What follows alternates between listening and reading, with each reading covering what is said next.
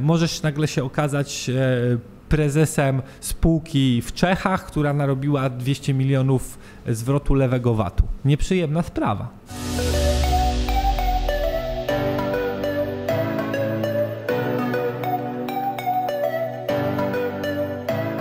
Są instytucje, które dają swoim pracownikom takie kompetencje.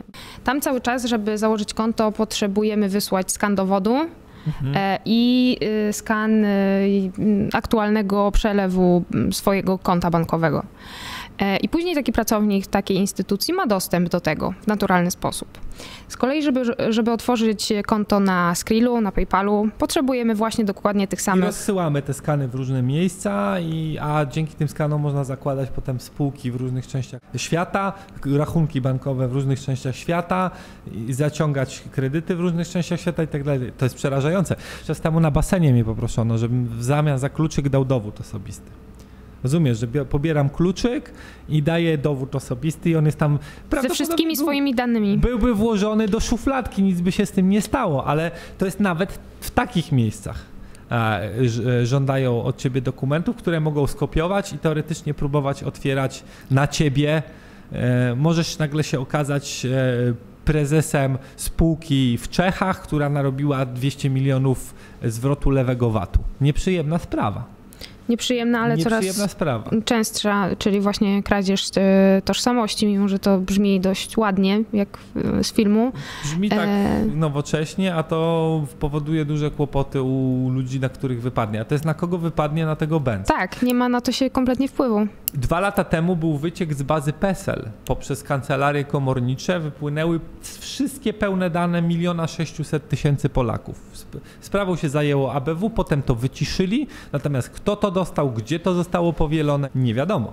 A z PESEL-em zrobi się wystarczająco dużo? A to w różnych miejscach różnie. Sam PESEL to nie jest niewiele. Sam PESEL to jest niewiele. Skan dowodu z PESEL-em to już jest więcej. Dlatego teraz mądrzejsze firmy wprowadzają coś takiego, że trzeba trzymać ten dowód i wysłać takie zdjęcie, że trzymasz dowód. Jak chcesz założyć gdzieś konto zdalnie, kryptowalutowe, forexowe, bankowe, spółkę, cokolwiek, to musisz trzymać, a nawet zauważyłem, że są rozwiązania, że musisz streamować, czyli nawet nie zdjęcie, tylko musisz się połączyć na kanale wideo, trzymając swój dowód i wyrażając oświadczenie, że tak chcesz. Wiesz, to ma za zadanie ominąć to, że ktoś przejął czyjeś skany i mu otwiera na niego. To jest niegłupie, natomiast w Polsce jeszcze rzadkie,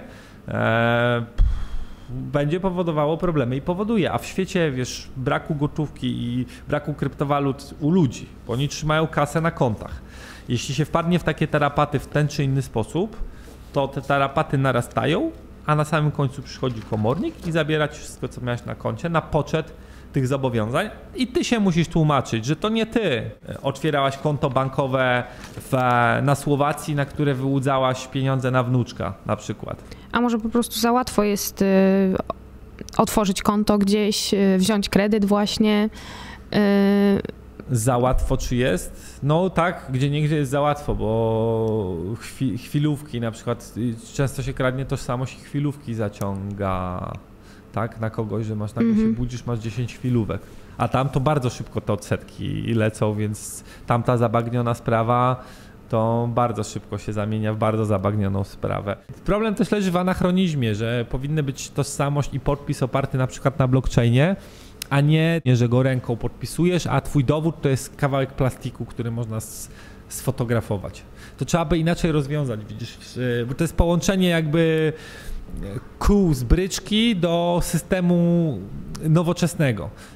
To są przestarzałe rozwiązania w nowoczesnym systemie, bo ten nowoczesny system wymaga, żeby można było coś zrobić zdalnie na odległość, bez pojawiania się, ale jednocześnie mamy tak jak, nie wiem, ludzie pierwotni może mieli kamyki, które ich reprezentowały, to my mamy po prostu kawałek plastiku. To jest zbyt pierwotne do tego systemu. Nasi dowodzący, nasz rząd zaczyna robić w tym kierunku, żeby to rzeczywiście nie plastikowe, a właśnie figurujesz po prostu w systemie już internetowym.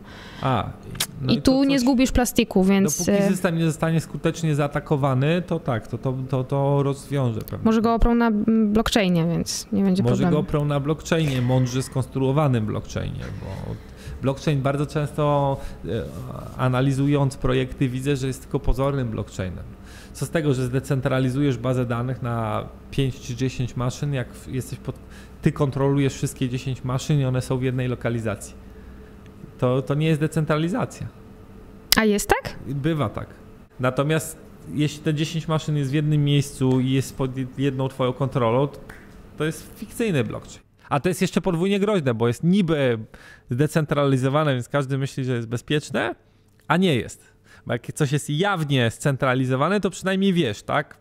Jest jawnie scentralizowane, a tutaj to jest podwójnie niebezpieczne.